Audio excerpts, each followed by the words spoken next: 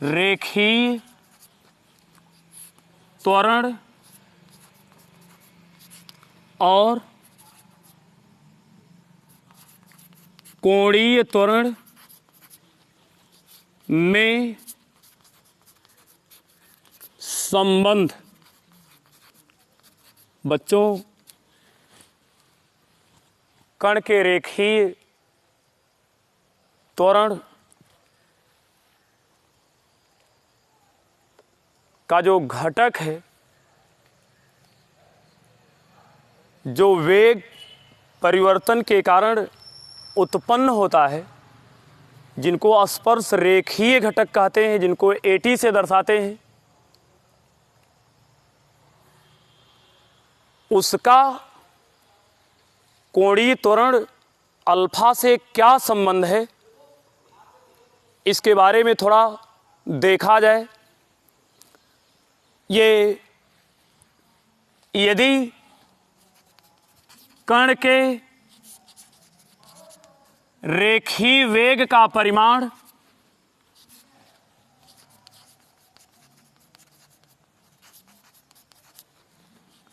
v हो और कोणीय वेग का परिमाण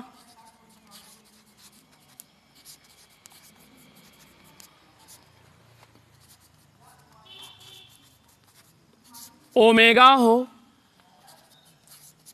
तो रेखीय वेग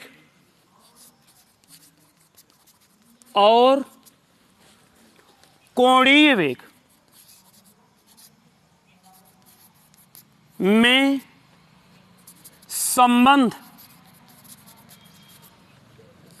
v बराबर r इंटू ओमेगा होता है। ये बच्चों कण के रेखीय वेग v और कोणीय वेग ओमेगा में संबंध है, जहां r वृत्त की त्रिज्या है। यदि v बराबर r इंटू ओमेगा के दोनों पक्षों का समय के सापेक्ष अवकलन करते हैं, अर्थात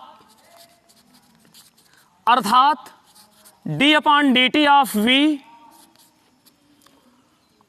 बराबर r into d/dt of omega,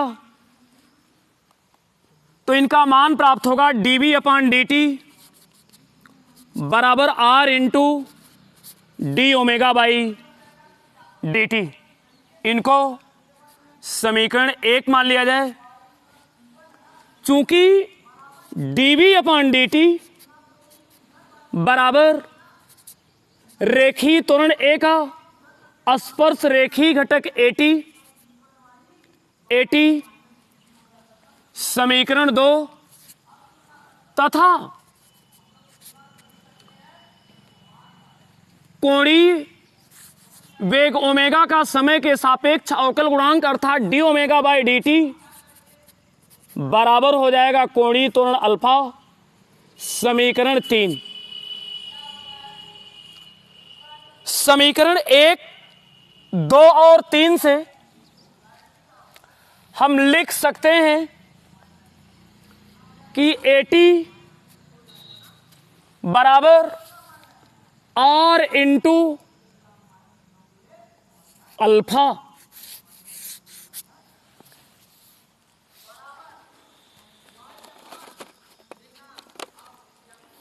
इनका सदिश रूप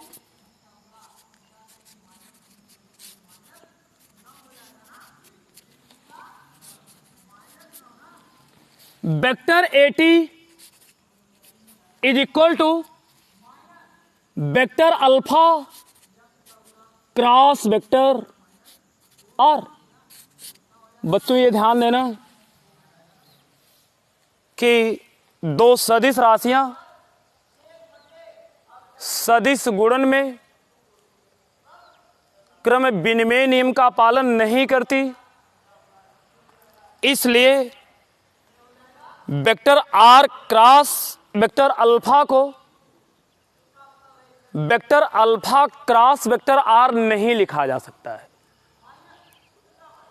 यदि लिखना भी है तो इसे इस प्रकार लिख सकते हैं कि vector AT is equal to minus vector are cross vector alpha. ये बच्चों स्पर्श रेखीय त्वरण और कोणीय त्वरण